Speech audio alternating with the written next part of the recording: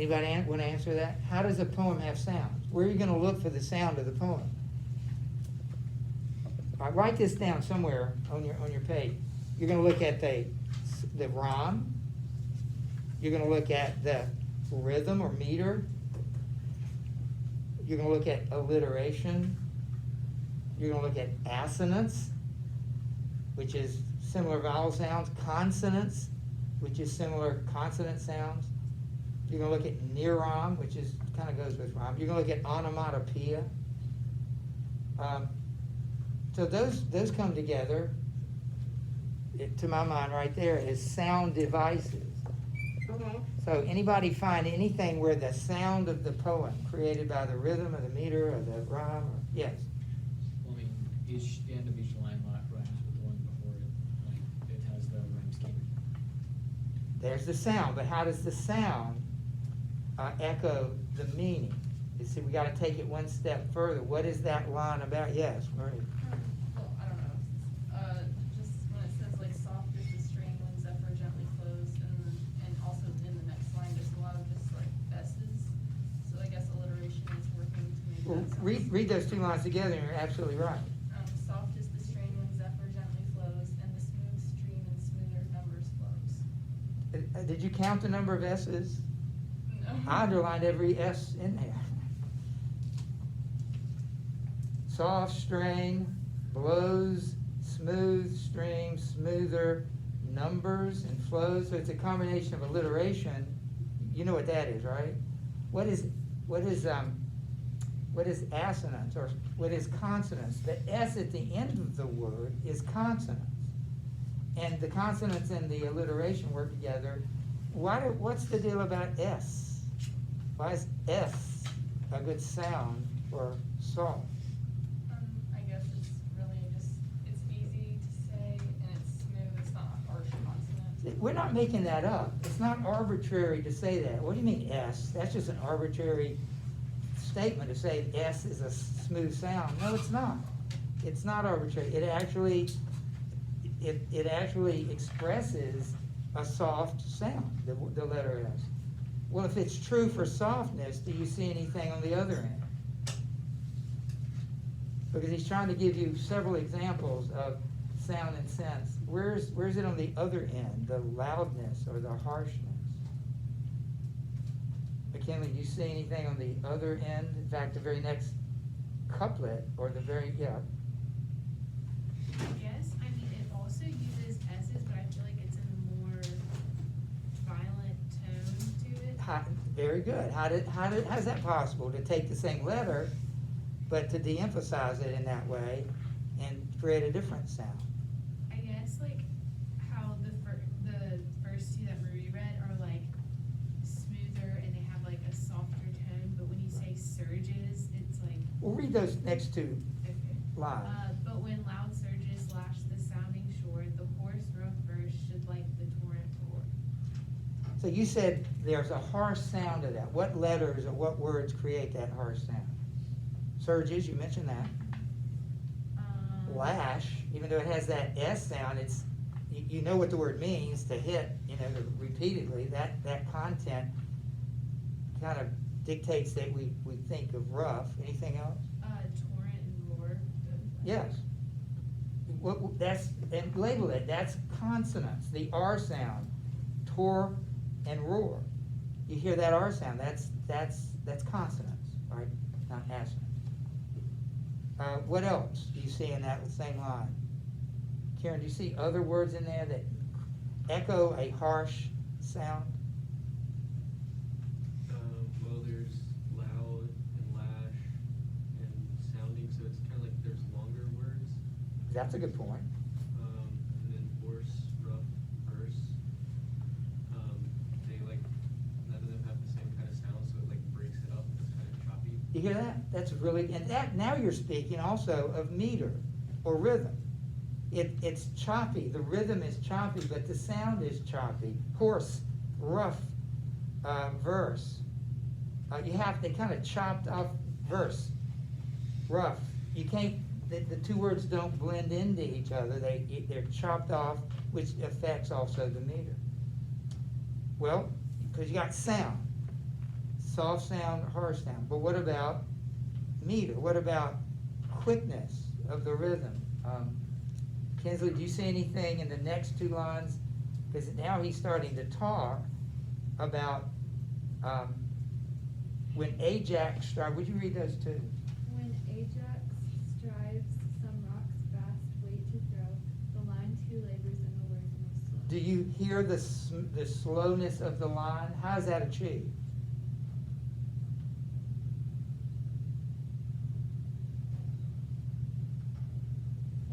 Mason, can you tell us how that is achieved? Well, he puts a comma in the middle, which makes you pause right in the middle of the second line. Very good. That has an effect. And you notice the words themselves. When Ajax, did you know who he was? Do you remember him from the Iliad? He was one of the Greek warriors. But we used to sell a product, I think they still do, that cleans your bathroom. It's a powder, and it's a rough powder. You know, it really gets in there and cleans the porcelain, whatever it is. Ajax even sounds that way, doesn't it? Ajax strives some rocks. Try to say it fast. You have to say like Ajax stride, you have to like pause because it has the same sound. You can't even say it. It's a tongue twister. Have you ever tried to say certain tongue twists? You have to stop. You have to be really conscious of saying it, or you can't say it at all. So even the particular words he chooses slows the meter down. But what's the opposite of that? What about the fastness? So the next two lines, Courtney, would you read those? Not so when swift Camilla scours the plain, flies o'er the unbending corn and skims along the main. So tell me about that in terms of what he says and how he says it. He sort of makes it a little smoother. How does he do it? Well, so he does the alliteration, so swift, scours, and then when it says flies o'er, he could have said over. He like does the Very apostrophe good. to make it more of a flow. Very good. Skims along the main. All of those are like easy words to say next to each other. So you see what we're saying? He makes a in fact, he's didactic, isn't he? Because he's teaching you something, but he's doing it in a way to illustrate his point, that the sound must echo the sense. Did you know who those four classical allusions, we did allusions, last Friday, and we'll come back to that next week. But these are all classical or mythological allusions. Did you know who any of them were? You didn't know Ajax. Did you know who Zephyr was? Well, look at question number 2 or 3. Zephyr, the god of the west wind. Ajax, we got that. Camilla, did you know her? Did you know her, Beth? Well, yes, when we read the Aeneid, she was a prevalent character towards the end, and also I think we, briefly had to learn who Zephyr was when we were doing the memorization in 9th grade, the one that the apple fish out so.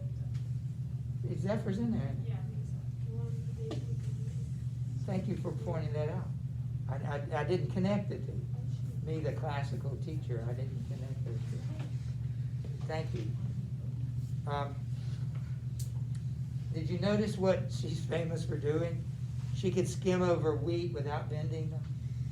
So that's a perfect illustration. And do you know who Timothy is? Well, you know. The question was, this is a different kind of question, but I like it. Does the use of these allusions enable Pope to achieve greater economy? What does he mean by the question? What does it mean to achieve greater economy? How we're doing poetry here. Economy, that's for a different subject here. How can you have economy in poetry? Yes. Is it like efficiency for what you're like? You don't have to say as much to get your meaning across. Exactly what it is. I like the word, did you say efficiency? Poets are going to say more in fewer words. That's why you don't like it, maybe if you don't like it. Because you can't just skim over it. Yeah, I gotta read this thing here. They gotta slow down. He's not telling a story. He's giving you ideas and he's sharing experience. So economy is cherished by poets. to say more in fewer words. That's why they use all those terms up there. That's why they use personification, metaphors, and similes. They're trying to say more in fewer words. You just have to accept that with it. So, to me, this is really important for the rest of the year. It's something you have to keep in mind. We've talked about diction, we've talked about syntax, we've talked about imagery. Now we're talking about sound, and we can't stop talking about any of those. We've got to keep coming back to all those. I have any last words about Alexander Pope? He wrote a famous poem called "The Rape of the Lock," and it's a what do you call it? A satire of someone's hair. There's the lock being stolen. That's what the poem's about, and it's sort of, and he compares it to the fall of some medieval or some ancient town like Troy or Thebes or something like that. So you might run into him again. I have one more poem to give you with very little time, but so tomorrow we can't do it for tomorrow, right? Because we're going to be focused on the play, but we might. On the book, we might be able to do it tomorrow. So I'm going to ask you to read tonight, but I'm going to give this to you now and bring it with you tomorrow. So in our few minutes we have left after we discussed it, maybe we can get to this. We've done one poem by John Donne, I think, I'm not sure. I think there's three.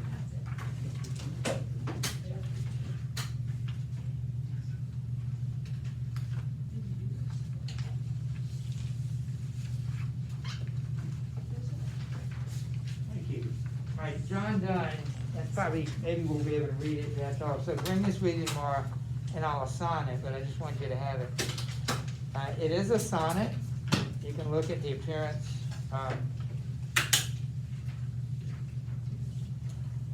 John Donne was he's a redemption story. He lived most of his, I guess all of his youth, at some point, I don't know all the details, kind of like Augustine. Augustine was a wild, promiscuous youth. I think John Donne was a promiscuous youth. He was saved.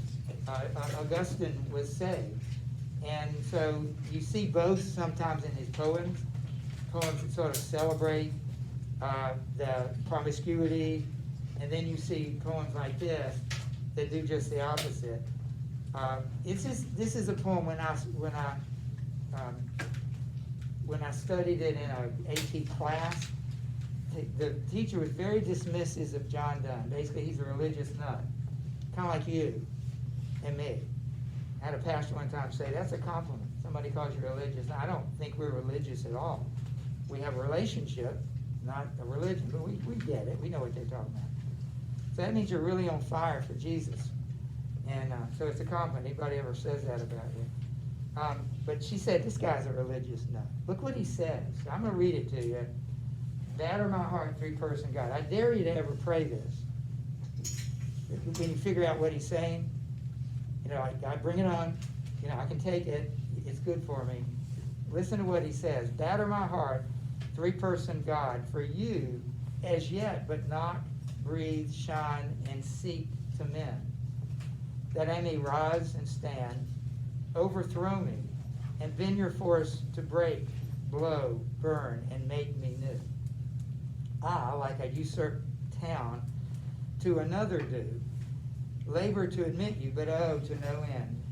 Reason your viceroy and me should defend, but is captive and proved weak or untrue. Yet dearly I love you, and would be loved fain, but am betrothed unto your enemy. Divorce me, untie or break that knot again. Take me to you, imprison me, for I, except you enthrall me, never shall be free, nor ever chaste except you ravish me. Do you get any sense of what he's saying about his relationship to God? Well, I want to tell you, but we're going to answer these questions. you don't have any time to do it now, but bring it with you tomorrow, and after our conversation, maybe we'll have time to do this.